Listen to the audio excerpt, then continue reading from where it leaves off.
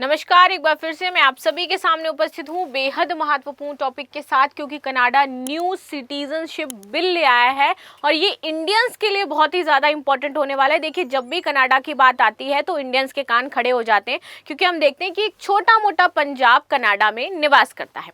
Canada के साथ भारत के संबंध अच्छे नहीं चल रहे इस समय। G7 को लेकर के आप सभी को पता है क्या हुआ, एंड मौके पर यहाँ पर भारत को निमंत्रण दिया गया और प्रधानमंत्री नरेंद्र मोदी जी ने इसको एक्सेप्ट किया और फाइनली वो G7 समिट में जा रहे हैं। संबंध क्यों खराब है ये भी आप लोगों को पता है कि भैया खालिद निज्जर जो है, इनकी हत्या हो गई थी कनाडा में, और कनाडा का कहना था कि कनाडा की धरती पर किसी का खून बहाया गया है और जिसमें हाथ जो है वो भारतीयों का हो जाता है, क्योंकि जो निज्जर था वो खालिस्तानी समर्थक था।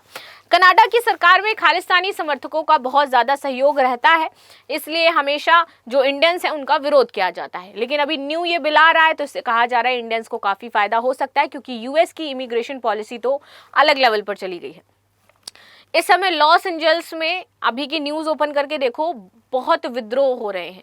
लॉस एंजल्स में दंगे हो रहे हैं, लोग जो पुलिस की गाड़ियां उनको फूंक रहे हैं, पुलिस वालों के साथ मारपीट कर रहे हैं। वहां पर बहुत अराजकता फैली हुई है इसी इमिग्रेशन पॉलिसी को लेकर के यूएस में। और ट्रंप क्या कर रहे हैं वो ट्रंप ही खैर समझ सकते हैं। हम लोग बात करेंगे सिटीजनशिप बिल के बारे में जा करके। Sir, Canada new citizenship bill क्या है? कनाडा का नया नागरिकता विधेयक भारतीयों पर कितना इसका असर पड़ेगा, चलिए समझ लेते हैं। कनाडा अपने नागरिकता कानून में महत्वपूर्ण बदलाव करने जा रहा है। हाल के दिनों में कनाडा आव्रजन मंत्री हैं लीना मैटलेस डायर, इनके द्वारा एक नया नागरिकता कानून विधेयक जो है वो संसद में पेश किया गया था। तो ये नया विधेयक लेकर के आई थी, नाम क्या हो जाता है इनका? लीना मैटलेस डायर। ठीक है, इसका नाम जो है एक C3 नाम भी दिया गया है। इस नाम से भी हम इनको जान रहे हैं, इस बिल को जान रहे हैं, जिसको C3 शॉर्ट में कह रहे हैं।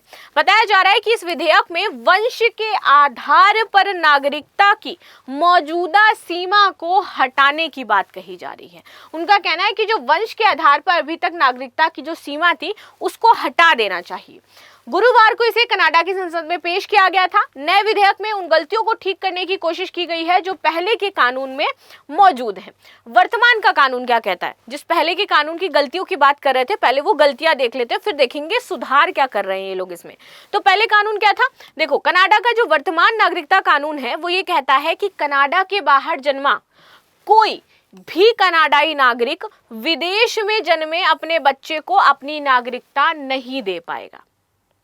तो ये तो एक तरीके का गलत हो गया ना, कि भैया कनाडा के बाहर मान लीजिए किसी कारणवश कनाडाई नागरिक के बच्चे का जन्म हो गया, अब वो हैं तो कनाडा के ही, रहते भी कनाडा में हैं, तो वो अपने बच्चों को अपनी नागरिकता क्यों नहीं दे सकते? ये तो बहुत अलग लेवल का एक कानून इन्होंने बना करके रखा है। मान लीजिए कि वो इंडिया आए और उनकी वाइफ उस समय प्रेग्नेंट थी, ठीक है, अब इंडिया में उनके बच्चे का जन्म हो जाता है, तो क्या वो बच्चा इंडियन ही उनका कहलाएगा? वो उसको अपनी नागरिकता नहीं दे पाएंगे? तो यही ये बात यहाँ पर कही गई है कि आप तो ये नियम जो है वो आपको हटा देना चाहिए। दरअसल 2009 में इस कानून को संसद में पेश किया गया था। ये कानून बताता है कि वंश के आधार पर नागरिकता केवल कनाडा में जन्मी पहली पीढ़ी तक ही सीमित है।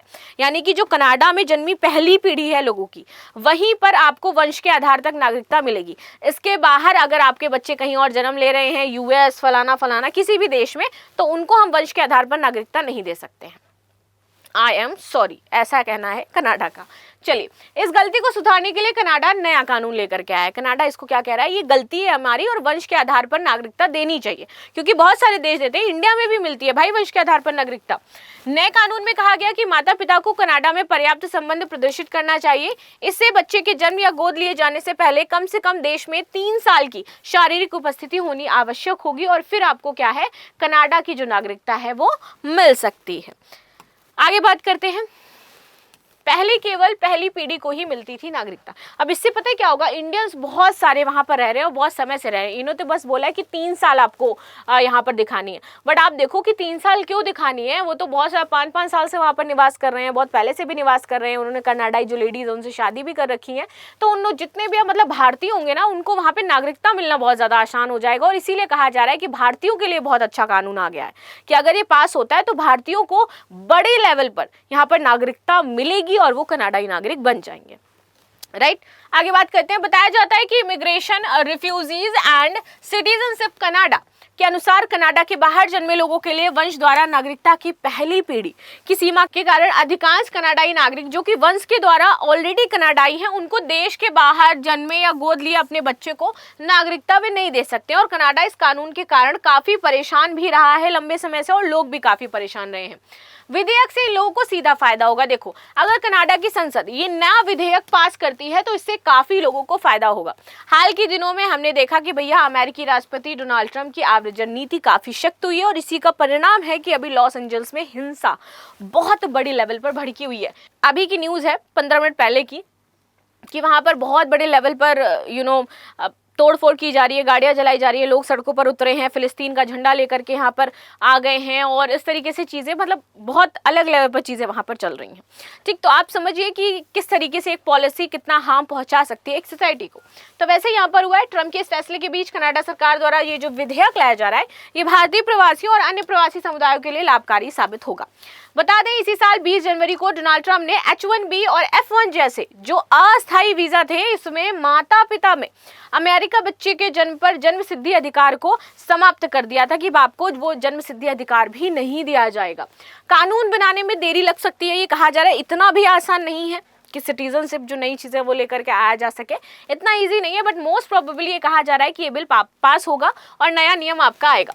भले ही कनाडा की संसद ने इस विधेयक को पेश कर दिया है, लेकिन इसे कानून बनने में काफ़ी समय लग सकता है, ऐसा कहा जा रहा है। विधेयक को कानून बनाने के लिए 3 रेटिंग पास करनी होगी। यहाँ पर होती है रेटिंग दी जाती है। अगर 3 रेटिंग इसने पास कर ली, फिर इसको मिलनी चाहिए शाही स्वीकृति।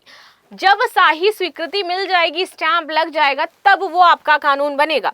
वहीं IRCC ने पुष्टि करते हुए बताया कि यदि विधेयक संसद के दोनों सदनों में पास हो जाता है, शाही स्वीकृति प्राप्त कर लेता है, तो हम परिवर्तनों को प्रभावी बनाने के लिए यथासंभव तेजी से काम करेंगे एंड देन उसको फाइनली रूप से हम लागू कर देंगे। तो यहाँ पर संसद में सिर्फ पास होना काफी नहीं है, आपको शाही स्वीकृति भी मिलनी चाहिए इसके लिए, तभी यहाँ पर ये कानून कोई भी प्रभावी हो पाता है।